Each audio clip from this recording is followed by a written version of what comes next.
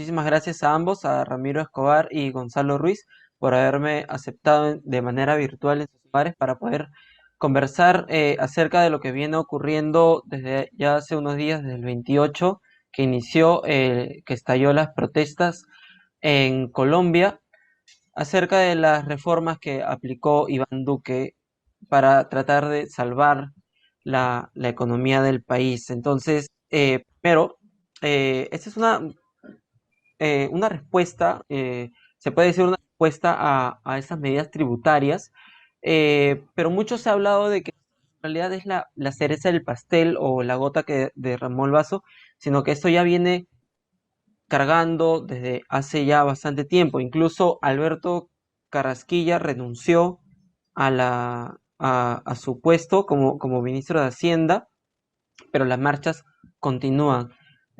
¿Podrían explicar primero, Gonzalo, qué otros factores se han sumado, además de lo que ya he mencionado de la reforma tributaria, qué otros factores se vienen sumando en Colombia? ¿Qué es lo que está pesando en este país? Evidentemente es solo eso, la cereza del pastel, ¿no? Lo que hizo reexplotar la situación, porque esto ya había comenzado desde antes de la pandemia y más bien la pandemia lo detuvo el proceso que había, en ese sentido jugó en favor de Duque, le dio tiempo. Entonces ahora volvió a explotar con el tema de la reforma tributaria, que por cierto ya murió el tema de la, o sea, no murió, murió como estaba concebido, ¿no? Pero siguen pendientes numerosos asuntos que venían de tiempo atrás, ¿no? Demandas del sector salud, demandas del sector estudiantil, demandas del sector educación, demandas del sector transporte, demanda de pequeños empresarios, demanda de los campesinos, demanda de los pueblos indígenas y toda una serie de circunstancias unidas a la situación de inseguridad derivada del actuar impune de grupos contra los líderes sociales. Entonces, todo era una olla a presión que algún día tenía que explotar y ha explotado ahora. La reforma tributaria, que era tremendamente injusta contra las clases populares y las clases medias, ya cayó, pero eso ha retrotraído toda esta problemática que ya estaba inmersa en el país y que data, yo diría, de décadas. Y más con un país con tan desigual como lo es Colombia, ¿no? Es el segundo país igual a nivel Latinoamérica, el séptimo a nivel mundial. Estuve escuchando un economista que indica que el 10% de la población gana lo que en proporción país es el 54%. Entonces es una diferencia bastante escandalosa, diría yo. Y respecto justo a lo que he mencionado, estos días estamos siguiendo las noticias que nos llegan desde allá, noticias que también algunas están bastante... He estado leyendo comentarios de que la prensa no está ayudando mucho. Se han reportado 940 casos de abuso policial, 21 homicidios contados por la Defensoría de allá, 672 detenciones arbitrarias, uso de fuego, uso excesivo de la fuerza, se han metido hogares. Nosotros lo vivimos aquí en una mucho menor medida durante las marchas en noviembre, y esto llevó a la renuncia de Merino. ¿Se esperaría que Duque renuncie a su puesto? No, Duque es mucho más fuerte que Merino. Duque es bastante fuerte. Tiene detrás todo el respaldo del aparato policial, militar y tiene el respaldo de un importante sector político. Ahora, tampoco se está buscando en este momento la renuncia de Duque, porque la renuncia de Duque finalmente traería a la presidencia a quien es actualmente la vicepresidenta, Marta Lucía Ramírez, y es igualito. Entonces, y si Marta Lucía Ramírez cayera por alguna circunstancia, quedaría el presidente del Senado, que es Arturo Char, la misma cosa. Entonces, lo que se está tratando ahorita es de lograr que Duque, en un proceso de diálogo, llegue hasta agosto del año entrante, que es cuando vence su periodo. En ese sentido, lo que los líderes de oposición, como Gustavo Petro, que es el más caracterizado, lo que están en este momento es tirándole un salvavidas a Duque. Y como dijo Petro, en palabras de Petro, buscar salvar a Duque de Uribe, porque el gran problema de fondo es Álvaro Uribe, ¿no? Es quien detenta realmente el poder. Y Iván Duque está de alguna manera rehén de él, pero es un rehén que está muy cómodo en esa situación de rehén, que difícilmente va a salir de esa situación porque le encanta, o sea, él es un uribista convencido y no se va a pelear con su jefe, ¿no? Pero en este momento lo que está intentando la oposición es decirle, señor Duque, el asunto finalmente no es con usted, el asunto es con Uribe. Trate usted de hacer un gobierno en lo que le queda, un gobierno un poco más inclusivo, de diálogo. Que lo vayan a lograr, no lo creo, pero en definitiva, la renuncia de Duque no es necesariamente algo que esté en el punto central por cuestiones pragmáticas, ¿no? Este Duque de alguna manera ya está de salida y bueno, claro, por cuestiones de dignidad, por cuestión de gesto político, quizás sí, ¿no? Pero no se está apuntando realmente a la renuncia de Duque necesariamente, ¿no? Y Ramiro, justo estaba también revisando el Twitter de Duque, eh, y él, varios posts que viene realizando, me hace recordar mucho a Donald Trump durante las marchas que hubieron el año pasado respecto al asesinato de George Floyd, Black Lives Matter, en los que comenzó a acusar de terroristas a los que salían a marchar. Iván Duque ha hecho algo muy parecido y puedo leerles un tuit. Bogotá sufre esta noche el ataque de criminales organizados que están siendo enfrentados por nuestra fuerza política. Rechazamos enfáticamente estos atentados antes de la policía colombiana. Todo el peso de la ley para quienes persistan en la violencia. Este tipo de diálogo también lo vivimos aquí durante las marchas de noviembre, y es algo que se está, eh, que lejos de llegar a un consenso con la gente que está saliendo a protestar, a reclamar, eh, incita más a que haya este rechazo a la persona que se supone es la autoridad máxima del país, que es el presidente. ¿Podrías explicarnos, Ramiro, acerca de que si esto es eh, algo que se viene realizando a nivel América o a partir de la derecha? Bueno, yo creo, como Gonzalo, que ese es un problema que tiene décadas y probablemente siglos, ¿no? O sea, desde que se fundan las repúblicas americanas, hay un abismo social que nunca termina de cerrar. Hay reformas por momentos en algunos países, pero es un abismo social que permanece, como muy bien ha señalado, o creo que lo señalaste tú, Leo, Colombia es uno de los países más desiguales del mundo, del mundo. Basta con ir a Bogotá y Gonzalo seguramente puede hacer eso. Hay 7 niveles en la propia ciudad de Bogotá y entre el séptimo y el primero hay una diferencia brutal, ¿no? Es una diferencia abismal, casi escandalosa. Una zona de Bogotá como Ciudad Bolívar es pobrísima y más bien el norte de Bogotá es muy rico con unos malls que probablemente incluso son más lujosos que los de Lima, ¿no?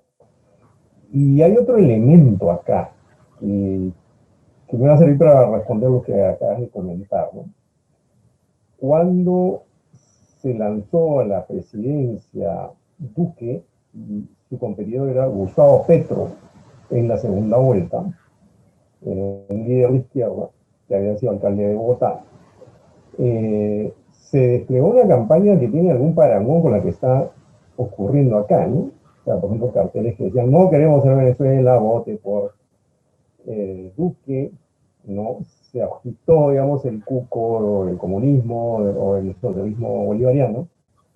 Y claro, obviamente, eh, para ningún candidato en América Latina ni en ninguna parte del mundo, creo, el expediente maurista o chavista es precisamente una delicatessen política, más bien es algo que rechaza. Cualquiera con dos dedos de frente rechazaría pues un expediente de gobierno de ese tipo. Pero bueno, ese cuco se agitó y resulta que ahora tenemos un gobierno de derecha que está haciendo eso que se temía de Gustavo Petro, de un candidato aparentemente, o según sus opositores chavistas, y lo que ha hecho el propio Maduro, ¿no? Que es reprimir duramente a la población. Entonces sí creo que hay una cierta confusión en tratar de entender cómo es el proceso político colombiano. Y algo más que quisiera poner a mesa y seguramente Gonzalo también puede abundar sobre eso. Hay un problema con la policía. En septiembre del año pasado mataron a un chico de apellido Ordóñez, lo recordarás Gonzalo, ¿no? Hubo protestas por la muerte de ese chico que incluso habría sido torturado antes de ser victimado por la policía. Y en esas protestas también hubo muertos. Entonces hay un tema, ¿no? Que es complicado y es que la actuación de la policía colombiana es muy cuestionada, no solo ahora, sino desde antes de ese episodio ocurrido con este chico Ordóñez, incluso antes. Y otro tema que habría que poner sobre la mesa, que es parte de la agenda de la protesta, es que el acuerdo de paz con las FARC no ha sido cumplido responsablemente o suficientemente por el presidente Duque, al punto que desde que él entró ha habido numerosos asesinatos de líderes sociales, y si bien él en el discurso apuesta por que haya paz, por estabilizar el país, pero en la práctica sus políticas no han servido para defender o para por lo menos evitar que se produzca estos nuevos brotes de violencia. Entonces, como dice Gonzalo, hay un paquete que es muy grande y como ocurrió en Chile, cuando el detonante fue el alza del transporte público, acá el detonante ha sido la reforma tributaria, pero había que ser muy cauto en no pensar que el problema es la reforma tributaria, el problema es más grande y la desigualdad es el gran telón de fondo, ¿no? Y la desigualdad, como bien comentaba Gonzalo, se expresa en demandas de maestros, de estudiantes, de indígenas, ¿no? Y si encima de eso pones un ladrillo que se llama reforma tributaria que cae sobre las clases medias y las clases bajas, entonces obviamente hay un estallido que es el que estamos viendo.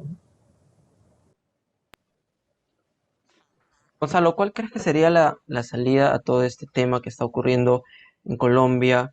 Eh, ¿Cuál sería, tú crees, la salida respecto a solucionar los problemas de la pandemia, problemas económicos, problemas sociales, desempleo, eh, pero que no atente contra una población tan vulnerable como ha sucedido con esa reforma, que prácticamente el peso caía sobre la clase media, eh, tratar de salvar el país a costa de la clase media? ¿Crees que sería el equilibrio entre salvar el país y no perjudicar a esta clase económica?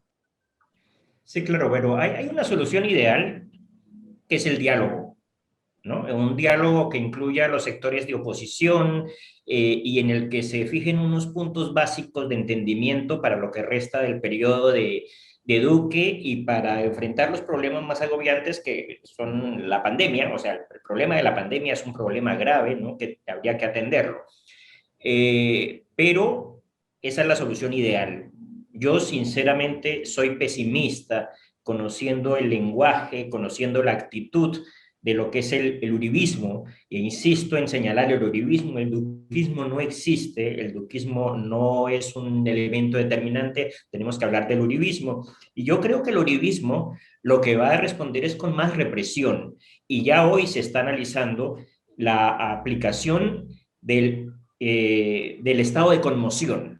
El estado de conmoción libera absolutamente las manos del gobierno y obviamente de sus aparatos de represión, y eso es lo que va a suceder seguramente, ¿no? Entonces, esto posiblemente vaya para largo, esto posiblemente se agrave muy, muy peligrosamente, y en medio de eso, pues, va a agudizarse esta situación económica que, como anotábamos, no es de ahora, pero que sí está en su peor momento. O sea, la situación económica fue mala, pero ahorita está en su peor momento y también va a afectar bastante la situación de la pandemia. Ustedes se pueden imaginar cómo va a estar Colombia en 15 días en términos de la pandemia, con esta movilización en la que la gente le perdió miedo a la enfermedad, ya no importa la enfermedad, y sale y en medio de las refriegas, ¿quién va a estar pensando en distancia social o en mascarillas o en esas cosas, ¿no? Entonces, en un par de semanas va a haber otra repercusión, ¿no? Que es la cantidad de muertes que va a haber por COVID, ¿no? Entonces, a mí me gustaría pensar en una solución ideal en la que un señor como Duque asuma finalmente la estatura de estadista y sea capaz de dialogar con una posición que, entre otras cosas, se le ha ofrecido Petro, ya se lo ofreció el expresidente Juan Manuel Santos, que volvió de su retiro y le dijo, bueno, usted podrá haber hecho todo lo que ha hecho contra mí, que entre otras cosas es, como decía Ramiro, no solo no apoyar el proceso de paz, que ya era malo, no apoyarlo, sino boicotearlo desde el gobierno, ¿no? Boicotearlo desde el poder. Pero ahora Santos, a quien no se le puede techar de chavista, aunque sí se le tacha ya, ¿no? Pero ha dicho esos odios atrás, y hablemos con usted, señor Duque. Denos esa oportunidad y dese usted esa oportunidad de asumir que usted es el presidente, que usted es el que manda y que le da la gana dialogar con otros sectores independientemente de lo que piense el señor Uribe. ¿Va a pasar eso? Yo lo dudo, pero ojalá pasara. La verdad, muy, muy fuerte lo que menciona de que no se ve una luz muy próxima al final de este túnel que está pasando Colombia. Es muy preocupante, ¿no? A nivel región, hemos estado viviendo, Ramiro, estas manifestaciones que por allá antes, pre-pandemia, conversaba, recuerdo, con mi profesor de análisis internacional y conversábamos acerca de las crisis, de las democracias. Eh, Chile estalló, Ecuador estalló en ese tiempo, Colombia luego se apagó por la pandemia. Ramiro, ¿usted considera de que la pandemia tan solo eh, adormitó esta crisis, pero que ahora ya ha pasado un año, todos ya supera, no superamos la pandemia, pero ya estamos volviendo a cierta normalidad, entre comillas? ¿Considera que estas crisis vayan a nuevamente resurgir en estos países, Chile, Brasil, Perú, en una próxima quizás elección, ya sea de candidato A o candidato B? Bueno, yo creo que la pandemia lo que ha hecho es desnudar más el tan discutido ahora modelo económico, ¿no? Ahora, yo he sostenido un artículo y en alguna entrevista que para mí el modelo no es solo socioeconómico, o no es solo económico, es social, es político, es cultural, ¿no? Es una forma de vivir en la que hemos estado inmersos durante más o menos 30 años, y que bueno, se puede reconocer que ha habido logros, pues, mejores los servicios, cierto acceso al consumo en las clases medias, pero clases medias al final precarias, como hay en Colombia, en Chile, en Perú incluso. Entonces, creo que lo que estamos conversando tiene que ver con procesos que son de más largo plazo y que no tienen que ver solamente con esa protesta contra la reforma tributaria, porque si tú ves, en cada país hay algún detonante. En Chile fue el precio de los pasajes, en Colombia ha sido la reforma tributaria, pero acuérdate que en el 2019 también hubo protestas en Colombia, ya se veía venir esto, ¿no? Hubo protestas en Ecuador por parte de los indígenas. Entonces hay como una efervescencia en América Latina, ¿no? Por un cambio. Y ese cambio, por supuesto, como yo señalaba en una columna, no significa destruir lo avanzado. Significa, por ejemplo, poner en la columna vertebral de un nuevo modelo, un nuevo sistema, el bienestar social. Y no poner el bienestar social en el patio trasero. Y eso es lo que no ha ocurrido en estos años. Lo que estamos viendo por la pandemia en Colombia, en Ecuador, en Perú, pero es la consecuencia de una forma de vivir, una forma de organizar la economía, la sociedad, donde en condiciones normales los sistemas de salud están con el agua acá. Bastaba una olita para que presenciemos lo que hemos presenciado. Entonces uno se pregunta, ¿qué pasó en estos años para que el sistema de salud pública en varios países de América Latina, en la mayoría, quizás algo en Costa Rica y Uruguay, no tenga una fortaleza a pesar de que había recursos fiscales. ¿En qué consistía ese modelo tan discutido ahora que mantenía esos abismos sociales? Creo que eso es lo que está de alguna manera reventando, ¿no? Y me parece que este es un proceso indetenible, ¿no? Van a empezar a salir otros chupos o a estallar otras protestas si es que, como estamos conversando y como señalaba Gonzalo, los mandatarios no entienden que el diálogo no es solamente hablar, el diálogo tiene que conducir a una negociación. Negociación significa ceder. Y si tú sientas a las personas para decirles, sí, ok, vamos a conversar, pero no cedemos, entonces eso no es diálogo, es lo que llamamos floro. Conversar, ya, los escuchamos y... No, y el problema con Duque es que creo que no está convocando a todos los sectores a la mesa de diálogo que había. Hasta ahora, yo no sé, Gonzalo, si tú tienes el dato, pero no sé de que hay organizaciones indígenas, por ejemplo, que están en pie de guerra prácticamente.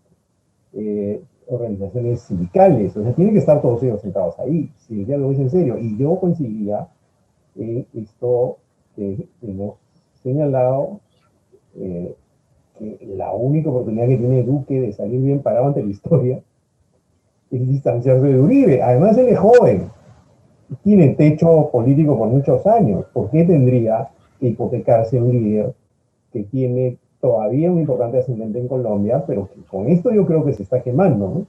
Porque parece evidente, y creo que hay pruebas, Gonzalo, ¿no es cierto?, de que el que alienta que salga la represión de ese modo es Uribe. Cuando él dice hay que mandar a los militares a la calle. En Colombia la ESMA, que es un cuerpo policial, es militarizado. Pero lo que dice Uribe en un tuit es, bueno, vayan y prácticamente que haya carta libre para usar las armas y en gran medida lo que ha pasado por eso. Y Claro, entonces es una forma de pensar y una allá forma en de... claro, y allá en Colombia que la policía, tengo entendido de que es un régimen, o sea, castrense, o sea, está bajo el yugo de los militares, o sea, porque en su momento fueron efectivos contra las FARC, ¿no? Pero sacar a estos mismos militares, estos mismos policías para enfrentarse a los ciudadanos, ¿no consideran que es un poco que está invitándose al uso excesivo de la fuerza? Sí, sí, claro. Sí, la policía colombiana hace rato está siendo muy cuestionada por efectivamente la forma como actúa. Y eso es lo que se está generando y eso es lo que se está buscando. Está resaltándose además de parte de los aliados mediáticos del gobierno lo del vandalismo. El vandalismo sí existe, el vandalismo es grave, debe ser combatido, debe ser repudiado, y sí es cierto que que en el vandalismo muy seguramente están participando tanto el ELN como sectores de las FARC que han regresado a las armas, ¿no? Entonces, eso sí hay que tenerlo en cuenta, pero no exclusivamente. No hay que olvidar todo lo demás que hay detrás, ¿no? Esto es un elemento, una crisis que no puede tener una salida por vía policial, ¿no? No es, la policía es un instrumento que debe estar sometido a órdenes del Ejecutivo. Así de sencillo, yo ayer escribía en un post que es necesario renacionalizar la policía, porque la policía en este momento es casi un brazo del gobierno y tiene que ser es un brazo del Estado, ¿no? Entonces, sí, vamos a ver qué sucede, pero el asunto es complicado. Claro, y Ramiro, para finalizar, algo que pude ver en los carteles de Iván Duque en su campaña presidencial, ya de la segunda vuelta, ponía, eh, ¿no? Vota por Colombia, para que Colombia no sea una Venezuela, ¿no? Con estos cartelitos, pero también colocaba mano firme, uno de sus lemas. Y aquí nuestra candidata a segunda vuelta, Keiko Fujimori, su lema es mano dura. Mi propuesta para un momento tan difícil se resume en dos palabras: mano dura. Mano dura para volver a rescatar al Perú. Eh, Siendo un poco, no sé, hechiceros y viéndose hacia un futuro, eh, podríamos esperar que suceda de aquí a unos años algo parecido si Keiko llega a la presidencia? Bueno, eso es lo que hizo el padre de Keiko Fujimori, Alberto, cuando gobernó, ¿no?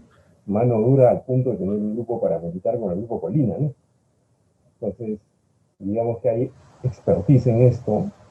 Keiko ha dicho que no se va a contar, no va a ir por esa ruta, pero acordémonos que en su propia campaña de primera vuelta ella reivindicó la figura de su padre y habló de mano dura. En la segunda vuelta no se lo he escuchado hablar de mano dura, pero en la primera sí, y es así como llega, mano dura para esto, mano dura para tal cosa, ¿no? Entonces, yo no quisiera imaginar un escenario en el cual se desate una protesta de esa magnitud con un ministro del Interior vinculado al fujimorismo, ¿no? Bueno, que sería Fernando Rossi, presuntamente, que ha sido ministro del Interior antes y que también tuvo una gestión bastante dura en la época de Alejandro Toledo.